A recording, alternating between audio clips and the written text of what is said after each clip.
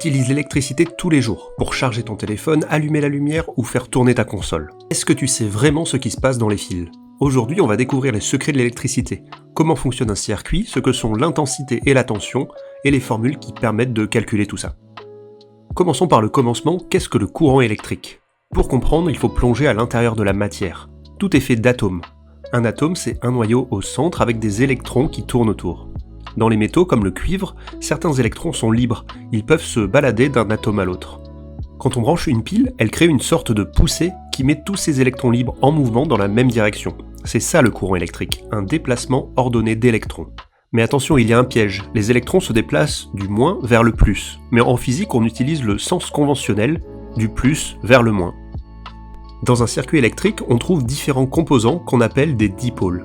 Un dipôle, c'est tout simplement un composant avec deux bornes de connexion. Il y a les générateurs qui produisent de l'énergie, comme les piles ou un générateur. Les récepteurs qui consomment cette énergie.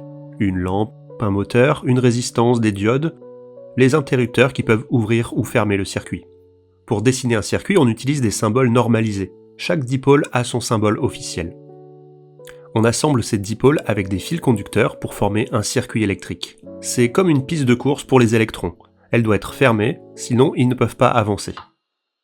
Il existe deux façons de brancher ces dipôles, en série ou en dérivation. Dans un circuit en série, tous les dipôles sont branchés les uns après les autres, comme des wagons d'un train. Le courant n'a qu'un seul chemin possible. Le problème du circuit en série, c'est que si une lampe grille, le circuit s'ouvre et tout s'arrête. C'est comme si un wagon bloquait toute la voie. Dans un circuit en dérivation, chaque dipôle est sur sa propre branche. Le courant se divise et prend plusieurs chemins. L'avantage, c'est que si une lampe grille, l'autre continue de fonctionner. C'est pour ça que toutes les prises de ta maison, par exemple, sont branchées en dérivation.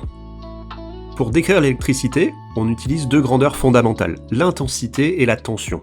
L'intensité, notée I, est mesurée en ampères, c'est le débit d'électrons. Combien de charges passent par seconde à un endroit du circuit? Pour mesurer l'intensité, on utilise un ampèremètre. Et attention, l'ampèremètre se branche toujours en série.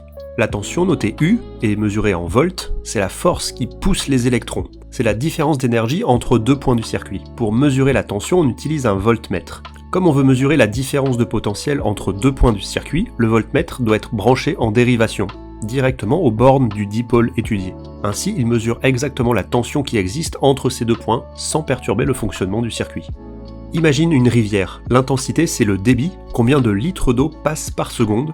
La tension, c'est la différence de hauteur. Une cascade a beaucoup de tension, un lac plat n'en a presque pas. Maintenant, passons aux lois qui régissent l'électricité. C'est super important pour le brevet, ça. Première loi, dans un circuit en série, l'intensité est la même partout. Deuxième loi, dans un circuit en dérivation, les intensités s'additionnent. Troisième loi, dans un circuit en série, les tensions s'additionnent. Et quatrième loi, dans un circuit en dérivation, la tension est la même partout. Terminons avec la formule la plus importante, la loi d'Ohm. D'abord, qu'est-ce qu'une résistance? C'est un dipôle qui freine le passage du courant. Elle transforme l'énergie électrique en chaleur. Sa valeur se mesure en ohms. La loi d'Ohm dit que la tension aux bornes d'une résistance est égale à la résistance multipliée par l'intensité. U égale R multiplié par I. Par exemple, pour R égale 100 ohms, I égale 0,2 ampères, on calcule U égale R fois I, donc 100 multiplié par 0,2, la tension est donc de 20 volts. Voilà, nous avons découvert les bases de l'électricité. J'espère que cette vidéo t'a aidé, n'hésite pas à poser tes questions dans les commentaires, mets un like et abonne-toi pour ne pas rater les prochaines vidéos.